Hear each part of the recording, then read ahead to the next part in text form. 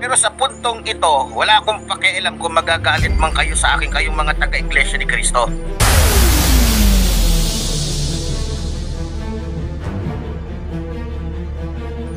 Lalong-lalo na yung pamunuan ng Iglesia ni Cristo, itong si Eduardo Manalo. Ha?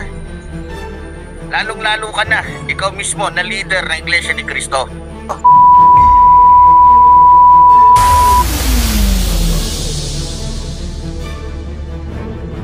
Ha, Eduardo Manalo, mukhang pera ka, talagang demonyo ka. Ilang bilyon ang binigay sa'yo? Tarantado ka.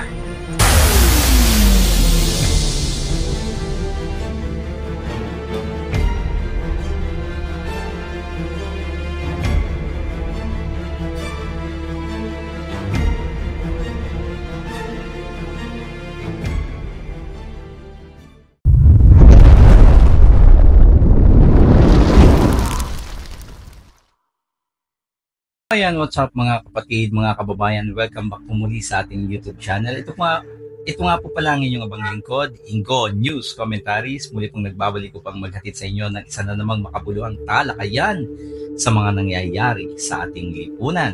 So for today's vlog nga pala mga kapatid ay magbibigay tayo ng reaction dito sa video ni Epifanio Labrador na kumakalat ngayon online sa paninirang puri niya sa Iglesia ni Cristo, maging sa pambabastos niya sa tagapamahalang pangkalahatan ng kapatid na Eduardo V. Manalo, no?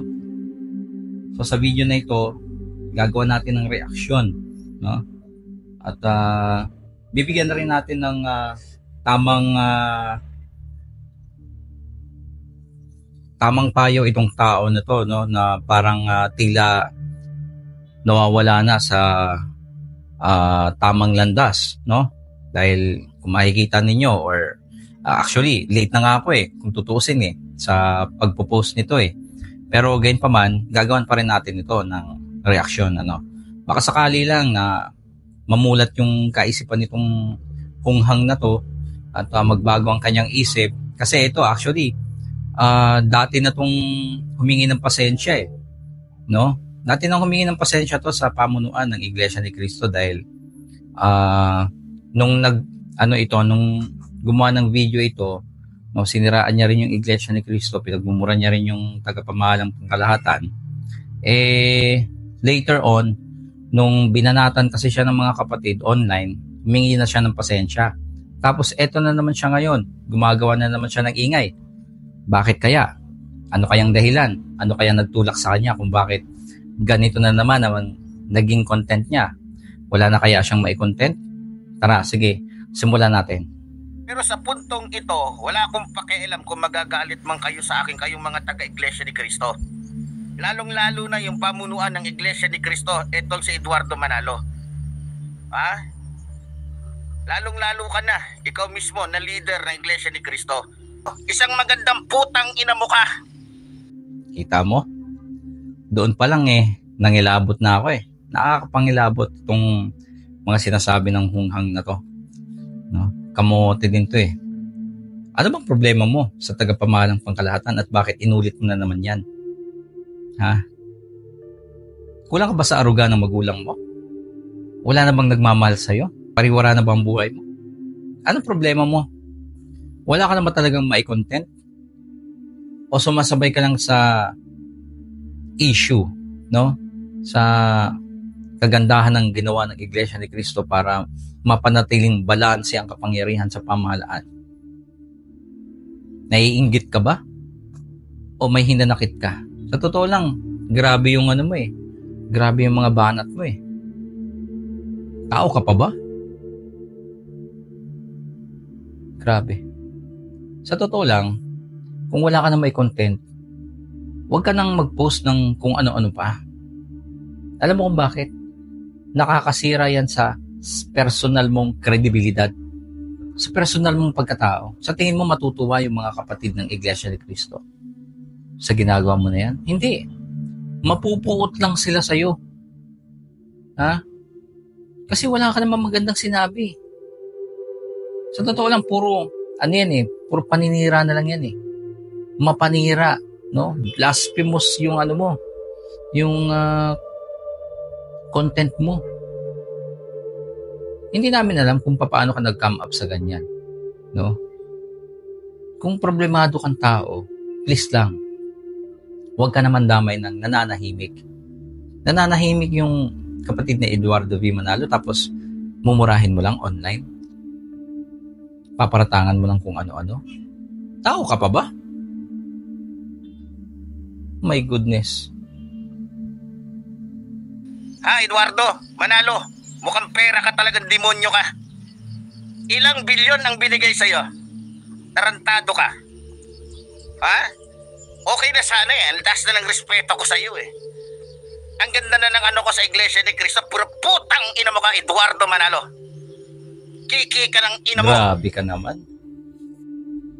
O so ito, hinahamon namin kayo.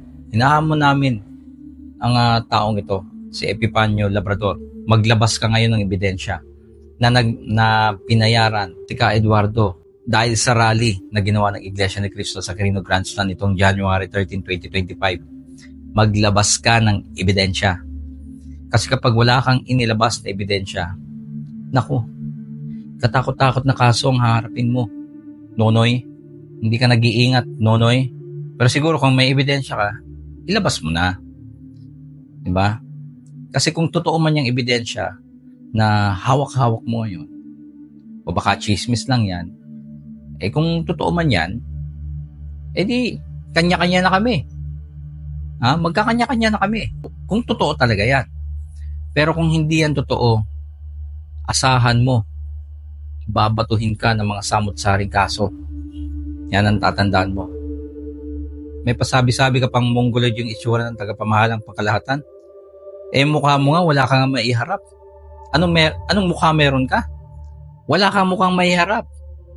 Nakamas ka pa, nabutas. Ano? Para sabihin na matapang ka? Para sabihin na matino ka? Sa ginawa mong yan?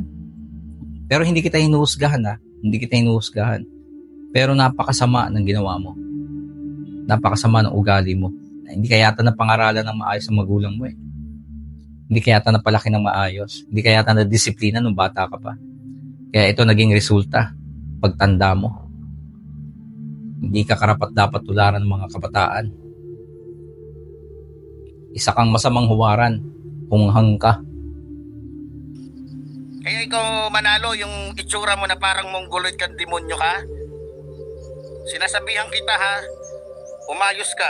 Hindi porket leader ka ng Iglesia ni Cristo, untog ko yung ulo mo eh. Sige, gawin mo. Pag nagkita kayo, iumpog mo. Para mas lalong malaki ang kaso mo. Eh, mukhang sawa ka na sa kalayaan na meron ka ngayon eh. Sawa ka na ba sa kalayaan mo? Talaga naman. Alam mo, kung wala ka na may content, huwag mo na idamay ibang tao. Nananahimik kami. Ginugulo mo kami. Nagkasa kami ng peaceful rally dahil kinakailangan na. Tapos ngayon, gagawan mo ng issue. Paparatang ka ng kung ano-ano. Ebidensya muna, boy. Ebidensya muna. Bago ka mamaratang dyan. Baka magmukha ka kasing chismoso eh. O baka naman nakichismis ka kay Aling Marie. Tapos ikaw gagaya ka. Nako, Ginoo. Iho di punggol ka. Gunggong.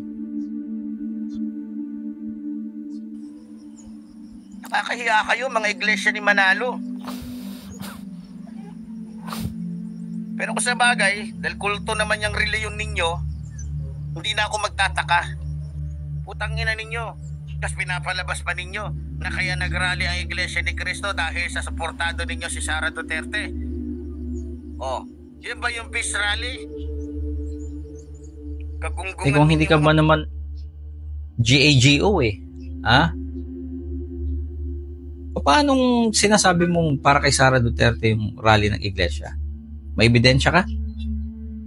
Hunghang ka pala eh. Ihiw di pusa ka eh. Yan ang nagagawa sa kakapakinig ninyo sa fake news sa social media. Kaya pati yung utak nyo nai-impluwensyahan kung ano-ano na pumapasok sa utak nyo. National Peace Rally tapos para sa politiko? Gunggong ka ba? Eh sira pala kukote mo eh. Tapos sasabihin mo, kulto kami? Bakit ikaw, sa ginawa mo, sa tingin mo, naging banal yung relihiyon na meron ka ngayon? Gunggong, mas lalo mo lang ipinapakita na wala kang natutunan sa relihiyon mo. Ikaw ang kulto. Hindi ang Iglesia ni Cristo. Ikaw mismo ang kulto, gunggong ka. Putang ina ninyo. O ngayon, magalit kayo sa akin, mga taga-Iglesia ni Cristo. Mga gago kayo. Niloloko ninyo ang taong bayan. Tarantado kayo. Peace rally. So yun na nga mga kapatid, mga kababayan, napakasama talaga ng tabil ng bibig nitong unggoy na to, no? Pero sana mga kapatid, wag niyo nang panoorin, no? Wag niyo nang kasi wag niyo nang i-like or wag niyo na i-dislike or wag na kayong mag-comment doon sa video na ginawa niya sa channel niya or kahit sa kanino mang mga tawag nito, mga social media content creators na suportado itong mukong nagunggong na to. Tataas lang yung magiging revenue niyan pag nagkataon, So pakiusap natin sa mga kapatid, huwag nyo na pong patulan kasi baka yumaman yan bigla nang dahil sa atin, Huwag nyo nang huwag nyo nang i-bash or huwag nyo nang i-dislike yung video niya, pati yung mga nagpapakalat ngayon sa online, yung mga sumusuporta sa kanya, na bumabatikos din sa Iglesia ni Cristo kasi baka yumaman naman sila. Kawawa naman kami mga content creators na naghahatid sa inyo ng maayos na pagbabalita, sa mga nangyayari sa ating lipunan. Kami na lang suportahan yung mga kapatid, mga kababayan. Dahil hindi ho tayo tagapagpakalat ng fake news at hindi rin ho tayo tagapagpakalat ng hate speech kagaya ng ginagawa nitong gunggong na mokong na to na walang mukhang maiharap, So, ayan, maraming salamat mga kapatid sa inyong pagsubaybay. Sana ho mga kapatid ay nasa maayos kayong kalagayan at nasa mapayapa kayong sitwasyon sa mga oras na ito. Pakiusap lamang po namin sa inyo mga kapatid, mga kababayan, huwag nyo na pong i-dislike or papanoorin yung kanyang video sa kanyang channel or sa kanyang page dahil baka kumita lang siya ng limpak-limpak na salapi. Wala na kasi siyang may content kaya kailangan niya manira ng ibang tao. So, antayin na lang natin mga kapatid, mga kababayan, yung susunod na mangyayari, right after nitong paglabas nga ng video ng taong mokong na to. Tingnan natin kung hihingi ba siya ng sorry o paninindigan niya yung kanyang ginawa at kung willing naman siyang humarap sa paghabla, tingnan natin yung mga magiging kaganapan. So hanggang dito na lamang po mga kapatid. Ito po ang inyong abang lingkod, Ingo News Commentaries at your service.